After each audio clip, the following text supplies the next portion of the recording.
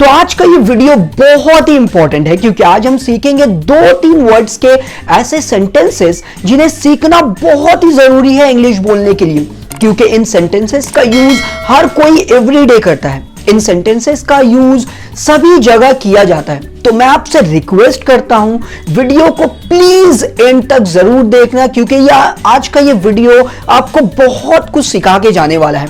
तो देर किस बात की, चलिए शुरू करते हैं। तो हमारा सबसे पहला सेंटेंस है लैच द डोर, यानी कुंडी लगा दो। अरे ये गाना कहां से है? चलो बंद हो गया। और यदि आपको बोलना हो कुंडी खोल दो, तो उसके लिए आपको सिर्फ लैच की जगह अनलैच बोलना है। अनलैच द डोर यानी कुंडी क्या करो, कुंडी खोल दो। नेक्स्ट है द टैप इज रनिंग, यानी नल खुला है, पानी का जो नल होता है। मेरा नेफ्यू क्या पता उसे क्या दुश्मनी है पानी के नल से, हमेशा खुला छोड़ देता है। यदि आप भी देखते हैं नल खुला, तो अब से आपको बोलना है इंग्लिश में द टैप इज रनिंग, यानी नल खुला है। अगला सेंटेंस है कम वट में, यानी चाहे कुछ भी हो जाए, come what may I will not do this, चाहे कुछ भी हो जाए मैं ये नहीं करूंगा। Come what may I learn English, चाहे कुछ भी हो जाए मैं इंग्लिश सीखूंगा। सी हिम ऑफ, यानी उसे विदा कर दो। जैसे हमारे घर से जब मेहमान जाते हैं तब तो हम उन्हें गेट तक छोड़ने जाते हैं, हम उन्हें विदा करने जाते हैं, तो उसे ही बोला जाता है सी ऑफ। सी हिम ऑफ यानी उसे विदा कर दो। नेक्स्ट है आई वॉज अराउंड, यानी मैं आस पास था। यदि आपको बोलना हो मैं आस पास हूं, तो उसके लिए आपको सिर्फ वॉज की जगह एम लगाना है। आई एम अराउंड मतलब मैं आस पास हूं। ही वॉज अराउंड, वो आस पास था। ही इज अराउंड, वो आस पास है। बज ऑफ मतलब दफा हो जाओ। बज ऑफ यानी क्या करो, दफा हो जाओ। अगला सेंटेंस है इट कांट बी, यानी ये नहीं हो सकता। जैसे आपके पास कोई आया और आपको कुछ बोला और आपको उसे बोलना हो ये नहीं हो सकता, तो इंग्लिश में आपको सिर्फ इतना बोलना है इट कांट बी, यानी ये क्या हो सकता है, ये नहीं हो सकता, इट कांट बी।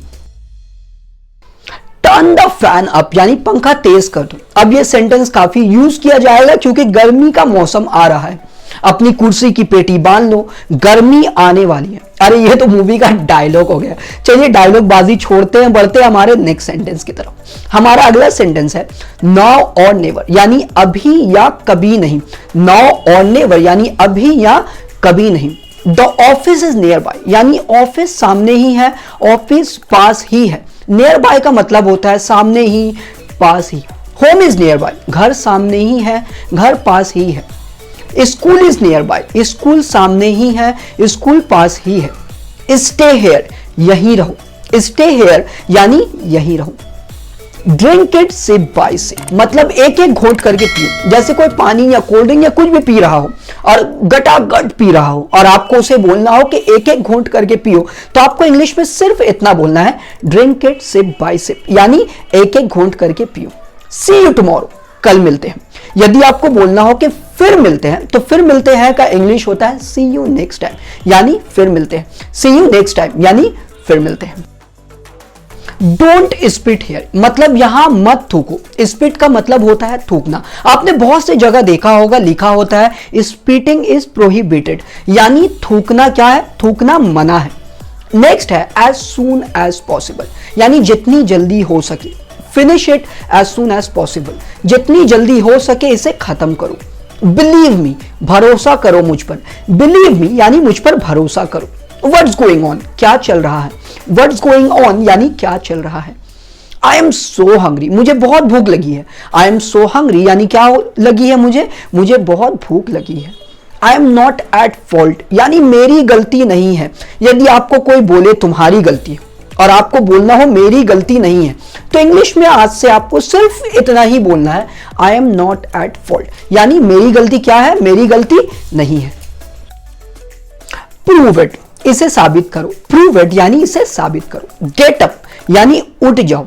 यदि कोई बैठा हुआ हो या सोया हुआ हो और आपको उसे बोलना है हो उठ जाओ, तो आपको सिर्फ इतना बोलना है गेट अप यानी उठ जाओ।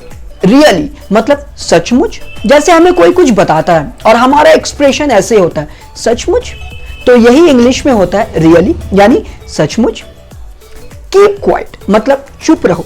कीप क्वाइट यानी चुप रहो। व्हाट अ बॉदर, क्या मुसीबत है। व्हाट अ बॉदर यानी क्या मुसीबत है। आप व्हाट अ बॉदर की जगह व्हाट द हेक भी बोल सकते हैं, दोनों का मीनिंग सेम ही है।